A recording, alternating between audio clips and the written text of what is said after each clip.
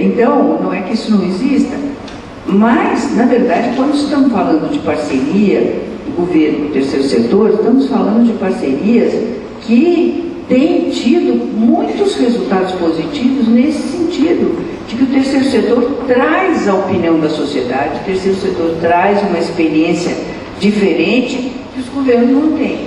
Os grandes programas brasileiros que tiveram êxito são programas que foram feitos em parceria. Então, em vez de a gente ficar olhando enviesado para dizer assim, olha, aqui tem uma coisa errada, eu acho que primeiro a gente tem que olhar o que deu certo. Depois nós temos que olhar tudo que deu errado. Porque, como eu disse, e insisto muito, a sociedade civil é uma coisa absolutamente heterogênea. Sociedade civil é tanto o movimento sem terra quanto a sociedade rural. Os dois são representantes da sociedade civil. Então, não vamos tirar isso da cabeça, não vamos tirar que tem uns que são ruins, outros que são bons. Eles são representantes de interesses diferentes. Né? Então, a questão toda é nós avaliarmos em que medida a parceria com a sociedade civil traz ao governo instrumentos de ação que ele não tem. Eu estava dizendo, os grandes programas brasileiros que deram certo, por exemplo, o programa de combate à AIDS, nós fomos premiados internacionalmente, e realmente conseguimos controlar a difusão da doença. Houve as nossas campanhas, são campanhas que são copiadas, etc. Esse programa, desde o seu início, teve parceria com a sociedade civil. Desde o seu início, no começo dos anos 90, ele já se fazia com a interação com as ONGs que trabalham nesse campo.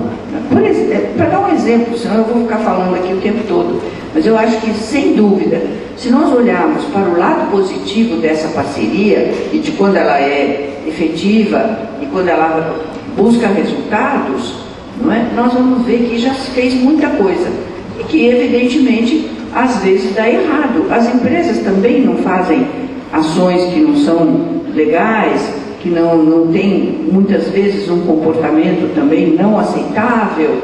E por isso nós vamos dizer, vamos acabar com as empresas.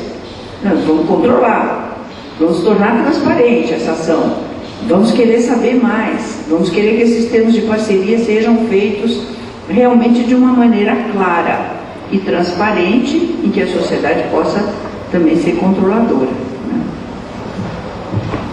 Tem uma pergunta aqui, são muitas perguntas, eu estou selecionando na medida que algumas compreendem já outras perguntas para não precisar fazer todas. E algumas outras são muito dirigidas à organização do evento, então eu não vou nem localizar aqui. Tem uma provocativa sobre a utilização pelas empresas da chamada responsabilidade social, né, como uma agregação de valor aos seus negócios.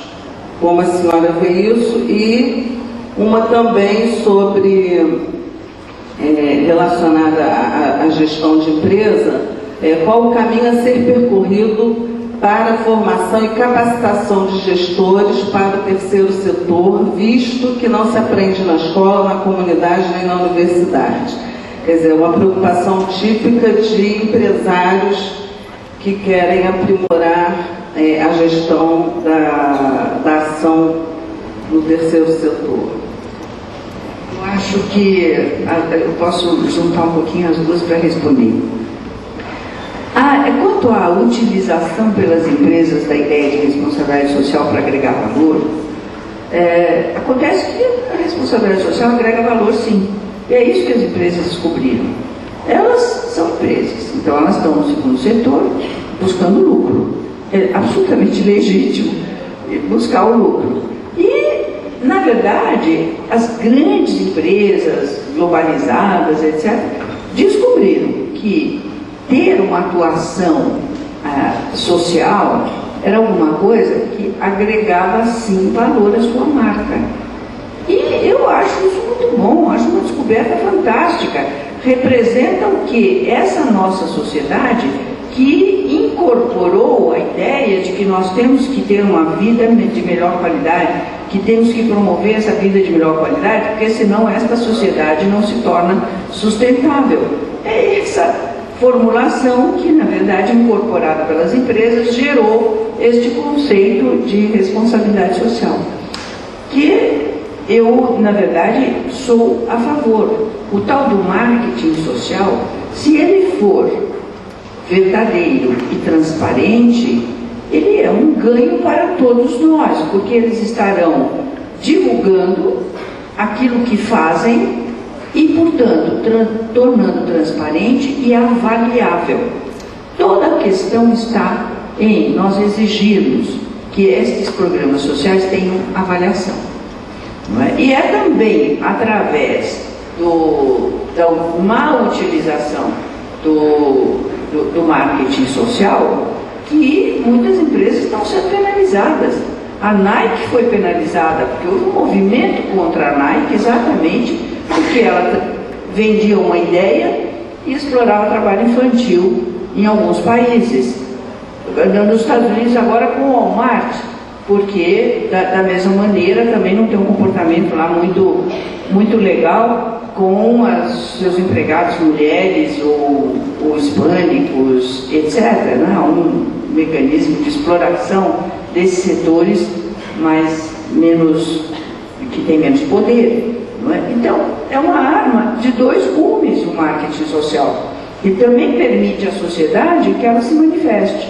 E, ao mesmo tempo, ele obriga a empresa a tornar mais transparente os programas em que atua. Só para completar essa ideia, eu acho que a coisa importante aí é que a gente esteja muito atento a que nós temos que mudar e aperfeiçoar a nossa legislação. Nós nunca lidamos com essas questões. A legislação não contempla essa questão. Então, nós estamos assim num reino mais ou menos um pouco sem rumo, um pouco sem normas. Mas isso é uma coisa que nós precisamos discutir, nós, sociedade civil. A proposta tem que partir da sociedade civil, ela tem que se engajar nessa discussão. E quais são as normas positivas que vão criar uma situação de algum controle sem interferência, né? Só dar um exemplo. Por exemplo, nos Estados Unidos eu faço parte de uma fundação, eu sou do board de uma fundação. Nós ficamos mais ou menos 3 anos discutindo como captar parcerias para os programas que a fundação queria fazer. Porque lá, a legislação que dá o título, lá é de charity, que dá o título que permite uma isenção fiscal, esse título exige que 30% dos recursos dos seus programas venha de outras fontes que não seja a própria fundação. Não é uma fundação empresarial, é uma fundação pessoal, foi feita com uma doação pessoal. Mas ela não pode usar sozinha os recursos para fazer os programas que quer. Ela tem que ter parceiras em outras fundações. Por que isso? É uma exigência formal? Não, isso quer dizer, você escolheu um programa que tem interesse público, porque tem outras pessoas interessadas. Não é? Quer dizer, se tem outras fundações que querem participar daquele programa, então quer dizer que aquele programa tem interesse. É compartilhado o interesse. Não é uma coisa que sozinha a fundação, com seus próprios recursos, resolveu. Porque no Brasil não tem limitação nenhuma a isso.